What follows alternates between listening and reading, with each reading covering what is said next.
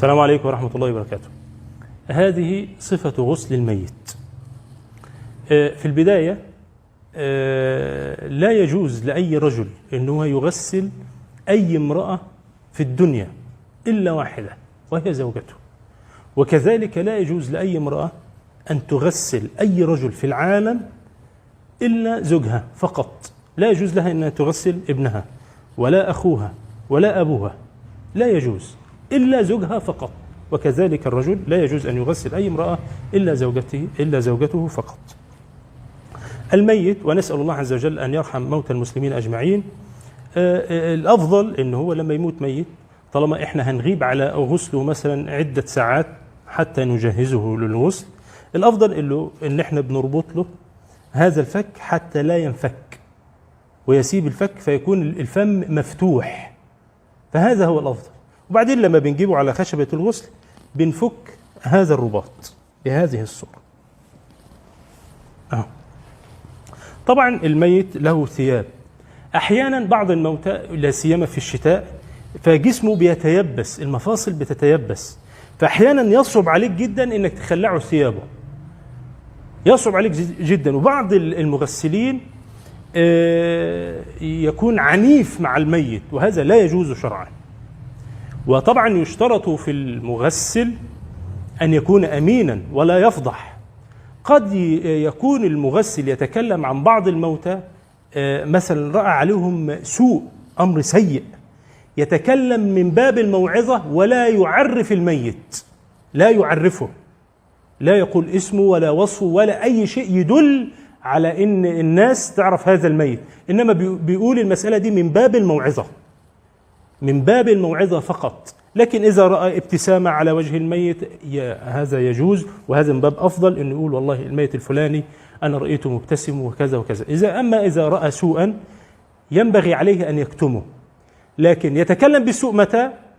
إذا كان من باب الموعظة، ولا يجوز إنه هو يعرف. بعض الناس بتعتقد إنه هو حتى السوء لا يجوز إنه يتكلم به. يا أخي هو يتكلم به من باب الموعظة ولا يعرف، لا يعرف. هذه ليست لا فضيحة ولا غيبة. النبي عليه الصلاة والسلام مر بقبرين وقال إنهما لا يعذبان وما يعذبان في كبير، فهل هذه كانت فضيحة؟ مع أن لا أحد من الناس يعرفوهم. طيب الميت، نرجع للميت. إذا كان الجسم الميت متيبس نشق الثياب، ونشق الثياب هذا هو الأفضل. خلاص يا جماعة إحنا هنخلع الميت ثيابه الآن برفق، وهذا هو الأفضل للميت، بل هذا هو الواجب علينا للميت. طبعا يا جماعة احنا خلاص خلعنا الميت ثيابه كما ترون. طبعا احنا بيبقى معانا على الغسل الأمور زي ديت اللي بنغسل بيها وصابونة، وبيبقى معايا مثلا ممكن يبقى معايا مساعد أو 2 أو 3 من أهل الميت أو ممن أوصى الميت إن هم يكون حاضرين على الغسل، ويبقى معايا قطن زي ده. أول حاجة أنا بعملها للميت إن أنا بقومه معايا بالصفة دي كده، قومة بسيطة خالص كده برفق هكذا، ويبقى ساند معايا حد، وادعك أو أضغط على الجزء هنا على معدته هنا عشان لو في شيء من الفضلات أو النجاسات تنزل في الأول قبل ما أعمل أي حاجة، وقبل ما الميت نوضعه أي حاجة من دي. خلاص يا جماعة برفق بهذه الصورة. بعض المغسلين وده خطأ إن هو بيضغط بقوة، بيتعامل مع الميت بعنف، وهذا خطأ.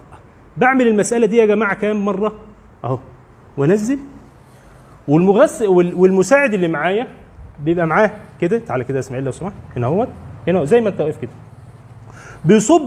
بيصب الماء من هنا، اي شيء من الفضلات زي ما انتم شايفين ما بين رجل الميت هكذا بينزل على طول، بيصب الماء على طول يا اسماعيل، بيصب الماء هكذا بهذه الصورة، ماشي الحال، واي شيء بينزل على طول، اي شيء من الفضلات ينزل على طول بهذه الصورة. واضح يا جماعة؟ وبعدين اقوم الميت مرة اخرى بهذه الصورة، واعمل المسألة دي تقريبا 3 مرات 5 مرات او 4 مرات. يعني اذا انا رأيت ان هو خلاص، اول ما ارى ان الميت خلاص ما بقاش فيه اي فضلات او بول او اي نجاسات بتنزل، واتأكد من المسألة دي تماما. طبعا بتأكد بيها ازاي؟ ان انا بيبقى معايا لفافة. طبعا القفاز الخفيف ده لا يكفي، بالذات في مسألة الاستنجاء وغسل عورة الميت هذا لا يكفي. الأفضل إن يبقى مثلا معايا لفافة تخينة بهذه الصورة وبغسل بيها، بدخل إيدي وبغسل بيها إيه؟ طبعا ثيابي بتبقى بعيدة، وبغسل بيها فرج الميت ودبر الميت من النجاسات إن كان هناك فيه نجاسات، وأتأكد من المسألة دي جدا. بعد ما أتأكد من المسألة دي خلاص إن مفيش أي شيء من النجاسات، خلاص بنهي وبشيل هذه اللفافة بعيدا خالص. وبعدين ببتدي الميت نوضئ الميت. أول شيء بنفعله مع الميت إن إحنا بنفعل معاه نفس الصفة اللي الحي بيفعلها، وهي إن إحنا بنوضيه كفينه الاثنين بنغسلهم له 3 مرات. خلاص بنغسل الكفين يا جماعة 3 مرات. طبعا إذا كان الميت لابس مثلا خاتم زي ده، إن أنا بخلعه له خالص، بخلعه من إيديه تماما خلاص بهذه الصورة خلاص، وما بقيش في إيد الميت أي شيء. وبعدين أغسل كفينه 3 مرات. واضح يا جماعة؟ بعد غسل الكفين 3 مرات المضمضة والاستنشاق. المضمضة والاستنشاق إزاي؟ إن أنا مثلا بجيب قطنة زي هذه، بنحط عليها ماء، بفتح فمه واغسل فم الميت من الداخل. هذه مرة، ومرة كمان، ومرة كمان، 3 مرات. بعد ذلك الاستنشاق بغسل قطنة زي هذه وبدخلها في أنف الميت من هنا ومن هنا 3 مرات.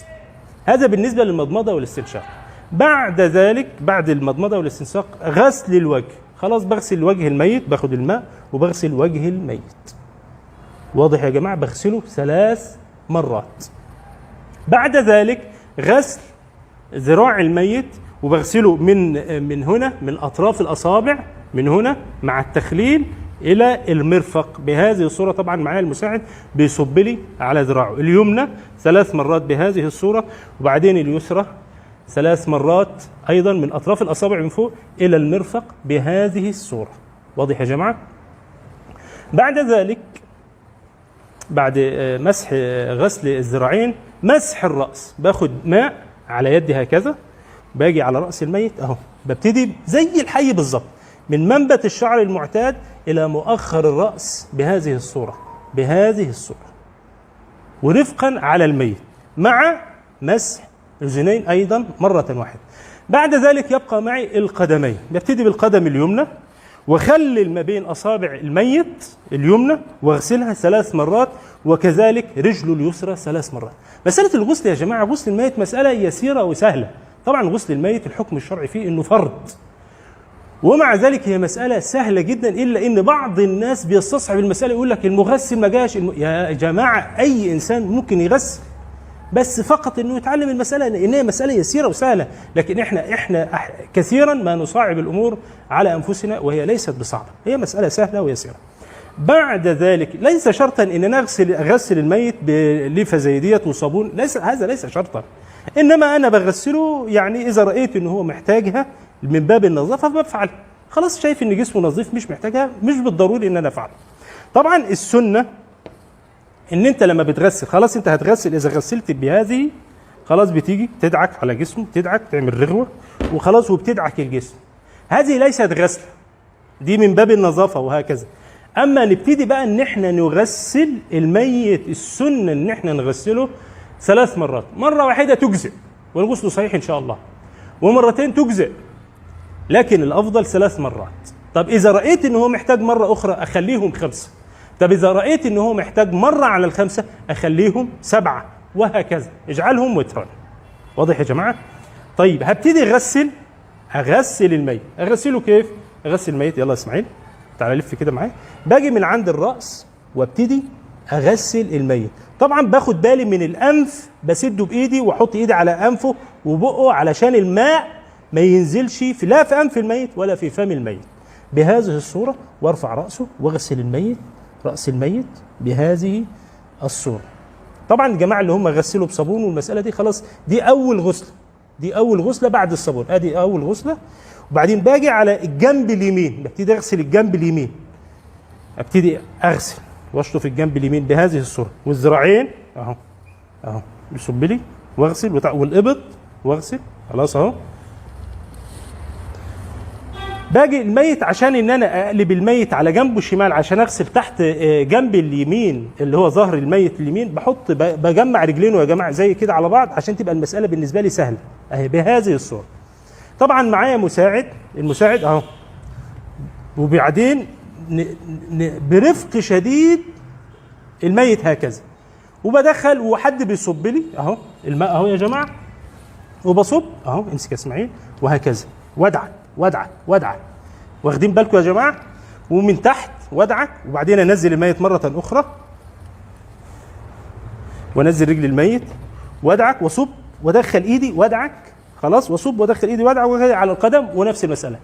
الجنب الشمال يا جماعه للميت بعمل فيه نفس الصوره كده بالظبط زي ما انتم شايفين كده اهو، بضم رجليه، بجيب رجله الشمال على رجله اليمين عشان يتقلب معايا سهل، وبعدين ادعك زي ما انتم شايفين، خلاص. طبعا انا ببقى واقف في المفروض الناحيه الثانيه عشان المساله بالنسبه لي سهله، وادعك خلاص الماء واصب الماء عليه وخلاص.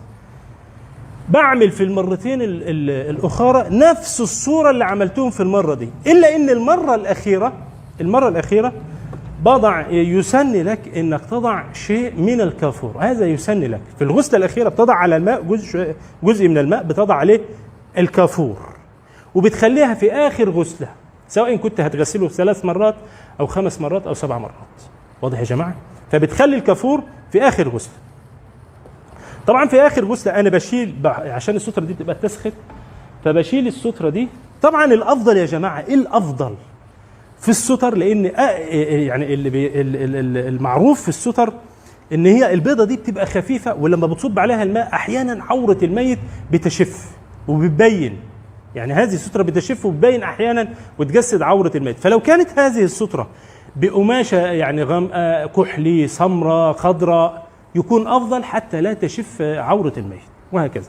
فبقوم حاطط هذه الستره في الغسله الاخيره او بعد الغسله الاخيره، بقوم جاي حاططها هكذا وساحب الستره الاخرى دي واحده، اسحب يا اسماعيل الستره الثانيه بهذه الصوره اهو، خلاص اهو يا جماعه. بجيب فوطه وبعدين ببتدي انشف ايه يا جماعه؟ انشف خشبه الغسل وانشف الميت، فوطه انشف بها حتى جسمه ينبلش مره اخرى، وممكن ان انا اترك الميت حتى يجف. طيب احيانا الميت تتنيك تغسل فيه وبرضه بينزل منه ايه؟ فضلات. طب نعمل ايه في الحاله ديت؟ ممكن نسد بقطن، ممكن ليس في الدبر، لكن ممكن نحط قطن، وممكن نضع شيء يمنع ايه؟ هذه المساله. احيانا مثلا يحصل نزيف مثلا عند بعض الموتى مثلا من الانف، فممكن نضع قطن، لكن لما يدخل القبر يبقى يشيل المساله دي. احيانا بيحصل نزيف مثلا من الاذن، فممكن نضع قطن، اذا راينا ان في نزيف ممكن نضع المساله دي كلها. ولما بيدخل القبر ممكن تشيله او ممكن تتركه كما هو. نعم، لو مكان كانونه او حقن ده سؤال طيب، بنشيلها. اذا كان الميت مثلا نسال الله ان يعافي مرضى المسلمين اجمعين، اذا كان الميت قد يكون الميت مصاب اصابه شديده جدا وشيل اللصق من عليه قد يضر وممكن يتفسخ الجلد، لا اتركه افضل. اما الكانونات والمسائل دي مساله سهله وبتشيلها بيسر وكل شيء. بعد ما خلاص نشفنا بناتي بالكفن، 3 اثواب بهذه الصوره بيضاء، لان الافضل والسنه ان هي تبقى بيضه، ولو اي لون جائز، لكن الافضل ان هو يبقى ابيض بهذه الصوره. هذا هو الكفن 3. حبيت ان انا اوريك انت كمغسل مثلا او هتغسل ميت الطريقه، يلا يا عبد الرحمن، اللي انت ممكن تطبق بيها الكفن، بتجهز للميت، علشان الطريقه دي هتريحك، وانا هوري لك اثناء الشرح الطريقه دي هتريحك ازاي اثناء شرح غسل الميت. لم معايا كده يا عبد الرحمن، شايف انا بلم ازاي؟ بلم اهوت بالطريقه دي، الصوره دي كده لحد النصف، بس يا عبد الرحمن اهي. والجزء ده برضو بلمه كمان، يلا عبد الرحمن لم بالصوره دي، وهوريك انا عملت كده ليه، علشان المساله. لم يا عبد الرحمن، لم دي كمان اهو. انا كده بجهزه خلاص، علشان لما اجي اغسل الميت وخلاص انتهيت من غسله، هوريك ازاي الطريقه دي هتسهل معاك كثيرا في تكفين الميت ان شاء الله تعالى.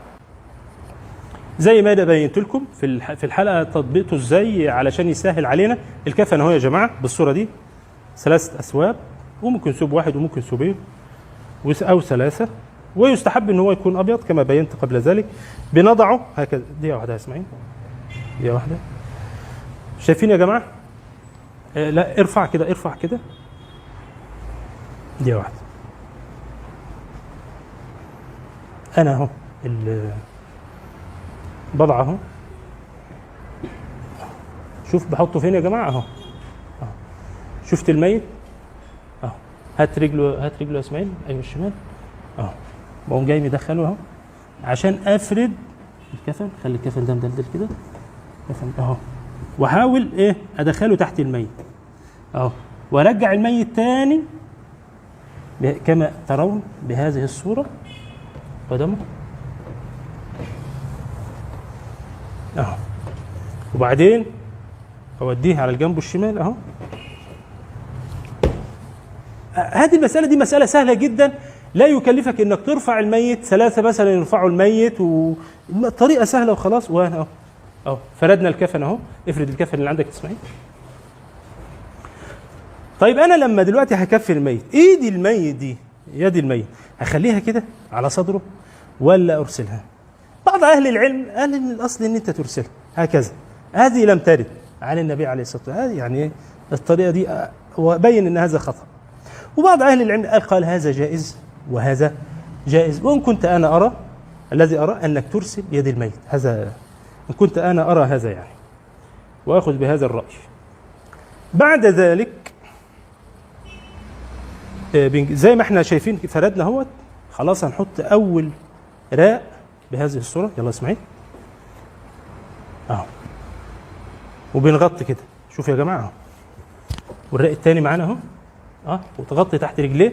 لا نزل رجليه اهو اهو، وتدخله تحت رجليه كده. حنا الرأي اليمين اهو اهو يا جماعه، عليها ايوه كويس كده. هات اسماعيل هنا اهو، شايفين يا جماعه اهو بهذه الصوره 3 بهذه الصوره. لف يا اسماعيل كده من عند رجله. ايوه تمام كده، ايوه بهذه الصوره يا جماعه اهي. معانا بقى ايه الاربطه ال3، وبنيجي هنا يا جماعه نربط اهو. امسك يا اسماعيل كده اهو، بربط رباط كده اهو حتى يسهل على اللي هو بيدفن ان هو ايه يفك الرباط اهو. وبنيجي من وسط الميت ممكن 3 أربطة او 4 أربطة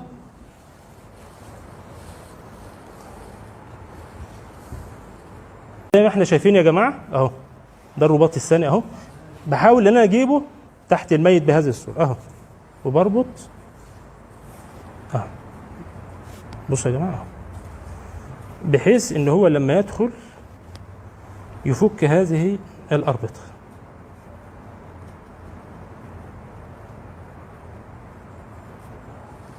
وعند الرأس